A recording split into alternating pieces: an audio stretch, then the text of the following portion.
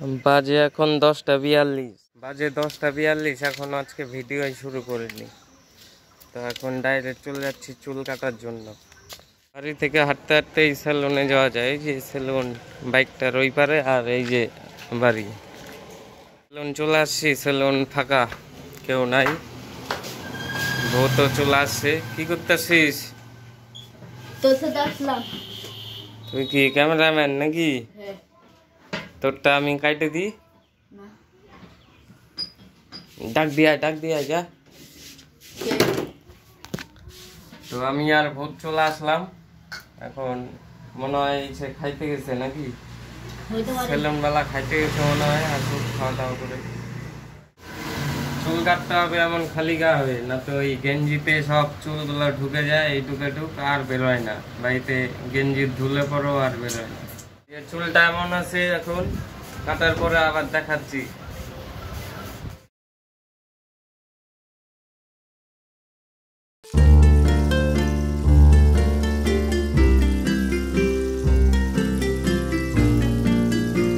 চুলটা হয়ে গেল কাটা।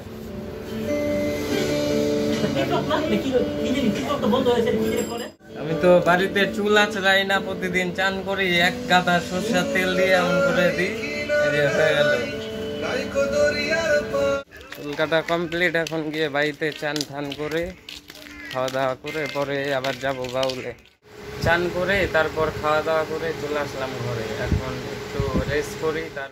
এখন 11টা 45 বাজে। তারপর বাউল যাব এই 4টা 5টায়। আজকে এত গরম, 2টা ফ্যান চালাতে হচ্ছে।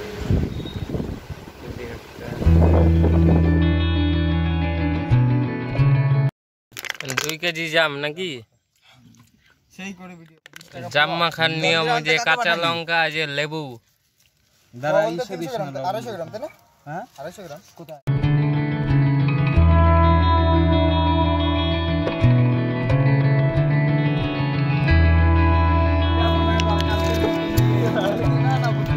গামলাটা এখনো রেডি হয়নি, তাই এই দিক থেকেই মারতেছি।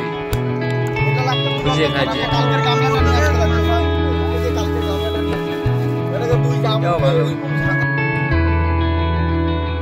এদিকে কাঁচা কাঁচা জামগুলা বাইছে রাখলাম, এদিকে সব বাইছে রাখলাম। লাস্টে এগুলাই খাবে সব, ঝাল লাগবে যখন ওটা খায়, সব এগুলা খাবে পরে।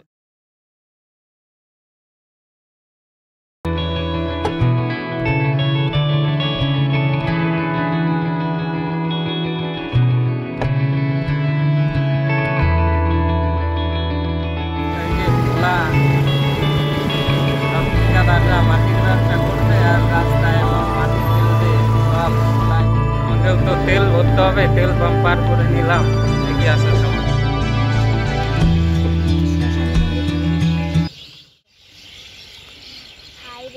সব মাছে ভর্তি, ওই যে ঘাস খাচ্ছে মাছ।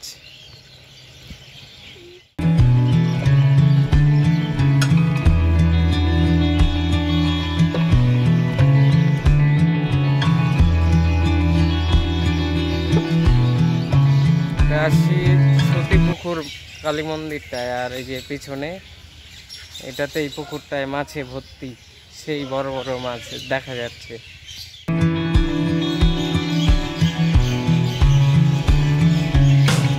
হনুমান ঠাকুর।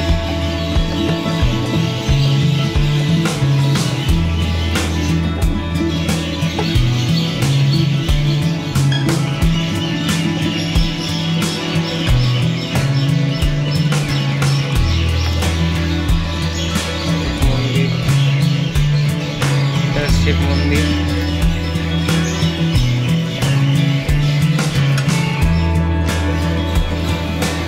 সতীপুকুরের গেট এটা। রেস্টুরেন্ট। বাউল থেকে চলে আসলাম, বাউল তো শেষ হয়ে গেল। তো এতক্ষণে বাড়িতে যাচ্ছি, যে আমি আর ভূত আসছি, দুজন মিলেই আসছি।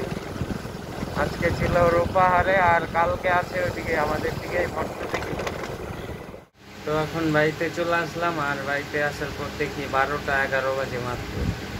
আজকে বাউলটা তাড়াতাড়ি শেষ হয়ে গেল। এবার কালকে যে বাউলে যাব ওটা আবার দেরি হবে, কারণ 2টা করে দরজা পাল্লা নেবো ওখানে, আর আজকে একটা হয়েছে, একটাও ফুলফিল হয় নাই, হাফ হয়েছে। আজকের মতো ভিডিওটা এটুকু, দেখা হচ্ছে আবার কালকের ভিডিওতে।